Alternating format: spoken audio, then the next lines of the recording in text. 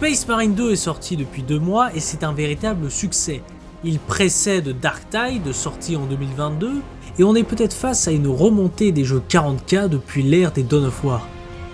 Ah bah attendez, on n'a pas zappé un jeu là?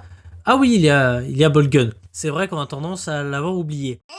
Warhammer 40 000 Boltgun, sorti en 2023, est édité par Focus Entertainment, les mêmes des Space Marine 2. Le jeu s'inspire de Doom 64, que ce soit par son style graphique en pixel art ou son gameplay. L'histoire du jeu se passe après Space Marine 1, vous êtes un Ultramarines envoyé par l'Inquisition, je reviendrai sur cette incohérence plus tard, afin de retrouver un artefact sur lequel travaillait l'inquisiteur du précédent jeu, tout en poussant une invasion démoniaque. Scénario simple, tranquille, tout ce qu'on aime. Bon, vu que le jeu s'inspire de Doom, la comparaison va être évidente, on se balade de niveau en niveau en massacrant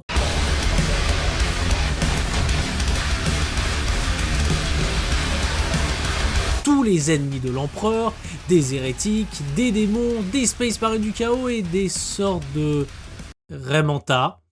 Sans compter ces putains de champions du chaos. Putain, vraiment, je les déteste. Pire ennemi.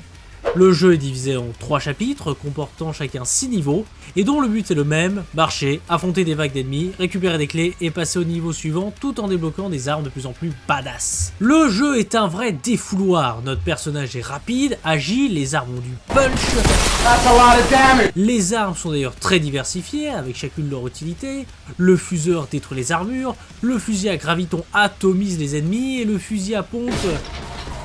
ouais, non, c'est de la merde. Mais ça reste quand même très satisfaisant de pouvoir jouer avec ces armes décrites dans les bouquins et pouvoir admirer leur puissance.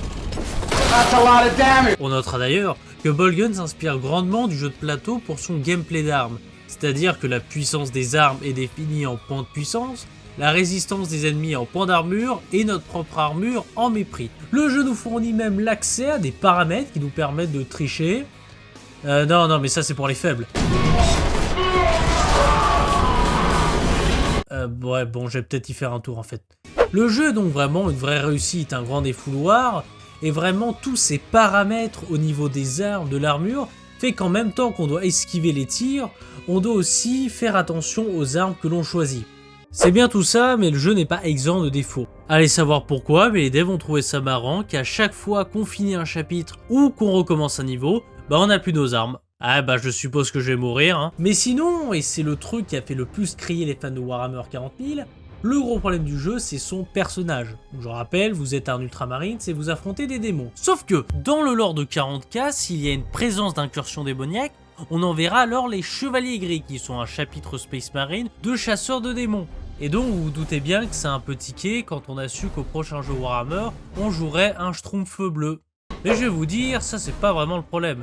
Ce que je trouve dommage, c'est que si on avait pu incarner un chevalier gris, on aurait pu avoir accès aux armes de mêlée. Parce qu'on nous présente souvent les armes laser, les bolters, les fusils à plasma, mais il y a aussi beaucoup d'armes de mêlée utilisées dans 40K. Les épées, les marteaux, les haches, les lances, les points énergétiques, et surtout, la santé pétronçonneuse. Alors oui, il y en a une, mais c'est vraiment... That's a lot of damage.